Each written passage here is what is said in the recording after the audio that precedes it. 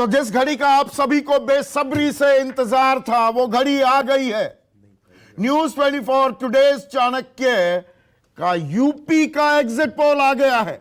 हमने अभी तक आपको आंकड़े बताए, पसंदगी नापसंदगी किसकी, किस जाति ने किसको वोट दिया, लेकिन असल आंकड़ा अब आपके सामने मैं पेश करने जा रहा हूं। और जबरदस्त प्रदर्शन किया है बीजेपी ने, बम्पर जीत बीजेपी की लगातार दूसरी बार। पिछली बार 325 सीटें थी और इस बार हमारा आकलन यह है कि 294 सीटों पर जीत दर्ज करने जा रही है बीजेपी। उत्तर प्रदेश में तो एक बार फिर योगी सरकार बनने जा रही है। उत्तर प्रदेश इस मुकाबले को 2024 के लिए सेमीफाइनल भी कहा जा रहा था और यहां पर बम्पर जीत दर्ज करते हुए ये आंकड़ा है, ये आकलन है, ये एग्जिट पोल है, एग्जैक्ट पोल नहीं है। लेकिन फिर मैं आपको याद दिलाना चाहूंगा, अमूमन ये शब्द मैंने पहले भी इस्तेमाल किया, हम ठीक निकलते हैं। 294 प्लस माइनस 19 यानी कि 313 का आंकड़ा भी बीजेपी छू सकती है। समाजवादी पार्टी गठबंधन, चर्चाएं बहुत थी, बहुरंगी गठबंधन, पिछड़ों को साध लिया क्या, पश्चिम में आरएलडी, पूरब में एसबीएसपी, महान दल, तमाम दल साथ लिए साधे। सोशल इंजीनियरिंग भारी पड़ेगी क्या बीजेपी पर, वो कमजोर कड़ी बन जाएगी। ऐसे कयासों को दरकिनार करता हुआ हमारा ये एनालिसिस, समाजवादी पार्टी 105 यानी कि 124 तक भी जा सकती है, लेकिन नीचे गिरी तो ये 86 तक भी जा सकती है। और यहां एक और कहानी छिपी हुई है, वो ये कि बीएसपी महज 2 सीटों पर सिमट सकती है। हाथी बेहद ही कमजोर होता दिखेगा और ऐसा निराशाजनक प्रदर्शन आज तक अपने अस्तित्व में बीएसपी ने, मायावती की पार्टी ने नहीं किया है। और कांग्रेस का तो उससे भी और बुरा हाल, 1 सीट कांग्रेस, 1 सीट, और इसमें भी हम प्लस माइनस 1 कह रहे हैं, यानी कि कांग्रेस हो सकता है, ऐसी भी आशंका है कि वो खाता ही ना खोल पाए और अन्य के खाते में 1 सीट जाती दिख रही है। तो क्लियर मैंडेट योगी के लिए, मोदी के लिए, मोदी योगी जोड़ी चुनाव लड़ती दिखाई दी थी उत्तर प्रदेश में।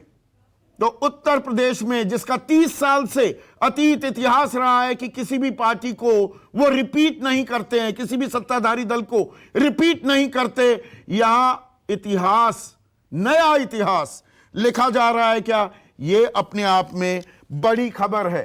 5 खास मेहमान, वरिष्ठ पत्रकार मेरे साथ स्टूडियो में ही मौजूद हैं। विनोद शर्मा, विष्णु त्रिपाठी, सुकेश रंजन, शरद गुप्ता, विकास पाठक, इसके अलावा शाजिया इल्मी, मुस्कुराती हुई शाजिया इल्मी भी दिखाई दे रही हैं, बीजेपी की राष्ट्रीय प्रवक्ता। और यह मुस्कुराने की वजह भी है, ऐसा जबरदस्त प्रदर्शन की उम्मीद थी। 300 पार की ताल तो ठोकी जाती है, ताल ठोकना अलग, असल में नतीजों का आकलन अलग हो जाता है। शाजिया जी संदीप जी, मैं यही कहना चाहूंगी, जब तक मैं पत्रकार रही थी और बीजेपी के बारे में बात होती थी और कांग्रेस की भी, हर एक इलेक्शन में हमने हमेशा एंटी इनकम्बेंसी की बात सुनी है। प्रो इनकम्बेंसी के बारे में पता ही नहीं था, मैं तो सोचती थी ऐसा कोई टर्म जो है अस्तित्व में भी नहीं है। लेकिन पहली बार ऐसा हो रहा है कि वो भी यूपी ऐसे जगहों में जहां पे बाकायदा, और उत्तराखंड जैसी जगहों में जहां पे बाकायदा वही इनकम्बेंट सरकार बहुत ही स्पष्ट बहुमत के साथ लौटती नजर आ रही है। तो मुझे लगता है ये अपने आप में बहुत कुछ कहता है योगी मोदी जी शासन के बारे में, और जहां पे हमारे चीफ मिनिस्टर हैं, और डबल इंजन की जो पूरा की जो ताकत है और उस नैरेटिव की जो ताकत है। और एक बहुत बड़ी चीज है कि मुझे एक बात की ज्यादा खुशी है, वो ये कि पुरानी घिसी पिटी वो आइडेंटिटी पॉलिटिक्स जो है ना, जातिवाद, तो जाट अहेर अजगर मजगर वाली पॉलिटिक्स जो है, उसको एक तरह से एक करारा, मैं क्या कहना चाहूँ, तमाचा अच्छा शब्द नहीं है, लेकिन मुझे लगता है जरूरत थी पहली बार कि जो सरकार डिलीवर कर रही है, काम कर रही है, लोगों के लिए है, फिक्र है उसको गवर्नेंस की, वो वापस आए। और वो पहली बार होता दिख रहा है और इसकी मुझे ज्यादा खुशी है। और तो जाहिर सी बात है कि जातीय समीकरण, ये सोशल इंजीनियरिंग की बातें खारिज हो गई हैं और दरअसल दो बड़े मुद्दे जो एक कॉमन थ्रेड दिखा 7 चरणों में, शाजिया, ये एक तो कानून व्यवस्था की गूंज और एक लाभार्थी जो वेलफेयरिज्म की है, क्या उसकी बदौलत ये बम्पर जीत की ओर जाती दिख रही है बीजेपी? जी संदीप जी, मैं कुछ आंकड़ों की तरह आपको बात करना चाहूंगी, गौरतलब करूंगी हूँ। आप अगर देखिए 80 करोड़ लोगों को अगर लगातार पैंडेमिक के दौरान, यानी कि कोविड महामारी के दौरान, अगर राशन मिल रहे हैं और स्टेट सरकारों के साथ मिलकर ये किया जा रहा है, और उसमें 25 करोड़ लाभार्थी उत्तर प्रदेश के हैं, जाहिर सी बात है सबसे गरीब लोग हैं वो लोग।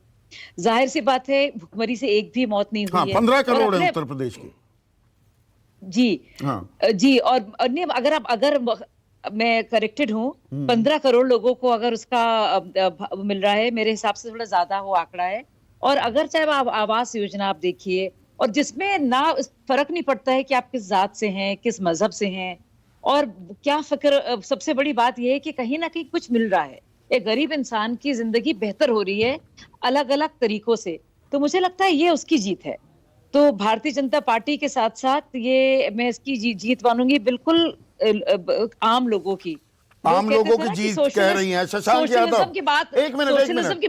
सोशलिज्म की बात लोग करते बहुत थे, लेकिन जो सोशल वेलफेयर देखने को मिल रहा है, जो पूरा अम्ब्रेला हम देख रहे हैं, हाँ, तो वो पहली बार जो है बाकायदा उसका इम्प्लीमेंटेशन हुआ है सच्चाई। तो विकास, वेलफेयरिज्म और सुरक्षा का पुट, ये जो घालमेल था, जबरदस्त रिटर्न्स देते हुए बीजेपी को। मेरे साथ शशांक यादव हैं, समाजवादी पार्टी के नेता, इनके एमएलसी भी हैं। शशांक यादव, ये क्या हुआ? आपने तो गठबंधन भी बनाए, ताल बड़ी बड़ी ठोक रहे थे, 300 पार, आप तो 100 के आसपास सिमटते दिख रहे हैं। अभी आपने ही कहा था कि ये एग्जिट पोल है, एग्जैक्ट पोल नहीं है। और एक जो जहां से आपने आंकड़ों की शुरुआत करी है वही हमारी ताकत है। 40% लोगों ने सर्वे बता रहा है कि गवर्नमेंट के काम से खुश नहीं है, और 47% लोग गवर्नमेंट के काम से खुश है। ये 40% लोग की नाखुशी एक बहुत बड़ा आंकड़ा है, क्योंकि नॉर्मली लोग सही जल्दी से गवर्नमेंट के खिलाफ नहीं बोल पाते। ये सर्वे जितने भी हैं, कितने वॉलंटरी होते हैं आप भी जानते हैं, क्योंकि बंगाल हमारे सामने एग्जाम्पल है। 170 से 175 बीजेपी को सब लोग सीट दे रहे थे। नहीं, हमने उस वक्त भी 195 सीटें टीएमसी को दी थी। सब लोगों में हम नहीं थे, न्यूज 24 टुडे चाणक्य नहीं था। जी, लेकिन जो आपने मैं अपने कन्विक्शंस पे स्ट्रांग इसलिए हूं कि इसमें आपने जो अपने सर्वेज की जो शुरुआत करी कि 40% नाराज हैं, और जो कास्ट कॉम्बिनेशन के आधार पर जो आपने कि ब्राह्मण इतने परसेंट, उसको जो मैं बैठा बैठा अभी ब्रेक के टाइम जोड़ रहा था, तो आपने जो हमारा वोट शेयर 35% दिखा रहे हैं। आप ही के आंकड़ों से जो हमारे पास आंकड़े उपलब्ध है ओबीसी के, शेड्यूल कास्ट के, और उनके अगर वही परसेंटेज आप वाला हम जोड़ते हैं तो हमारा वोटिंग परसेंटेज 41% पहुंच रहा है। ठीक है, एग्जैक्टली यही सवाल मैं, that is my point Shashank, यही सवाल मैं आपसे पूछना चाहूंगा। आप बिल्कुल वाजिब फरमा रहे हैं, और वो आंकड़ा हम बता भी रहे हैं कि 40% लोग सरकार से नाराज थे। और 2 साल, ये कोई भी सत्ताधारी दल होता, वो बीजेपी की सरकार है, आपकी सरकार होती, कांग्रेस की होती, आम आदमी पार्टी की, तो 2 साल जो संकट, संक्रमण, आफत, आपातकाल में हम जिए हैं, जिसमें लोगों की नौकरियां गई, दिहाड़ी मजदूर को पलायन करने के लिए मजबूर होना पड़ा, तनख्वाहें कटी, महंगाई बढ़ी, उसके बावजूद भी सरकार ना बदलने वालों की संख्या सरकार बदलने वालों की संख्या से ज्यादा थी।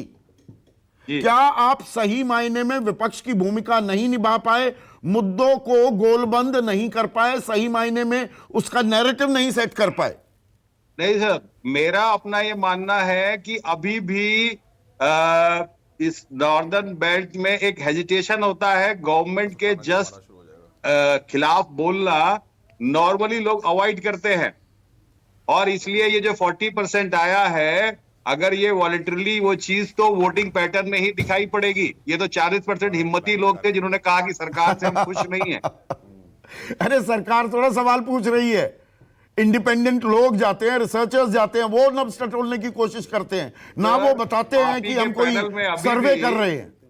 सर आप ही के पैनल में कुछ एक्सपर्ट्स बोल रहे थे कि बड़ी दिक्कत ये है कि आदमी खुल के नहीं बोल रहा है। पीछे के तमाम एक्सपर्ट्स ने ये भी बात कही थी। बिल्कुल कही थी। तो ग्राउंड पे जो 2 महीने हम से, सही 3 मायने में महीने से काम कर लोकतांत्रिक रहे चैनल थे। हैं।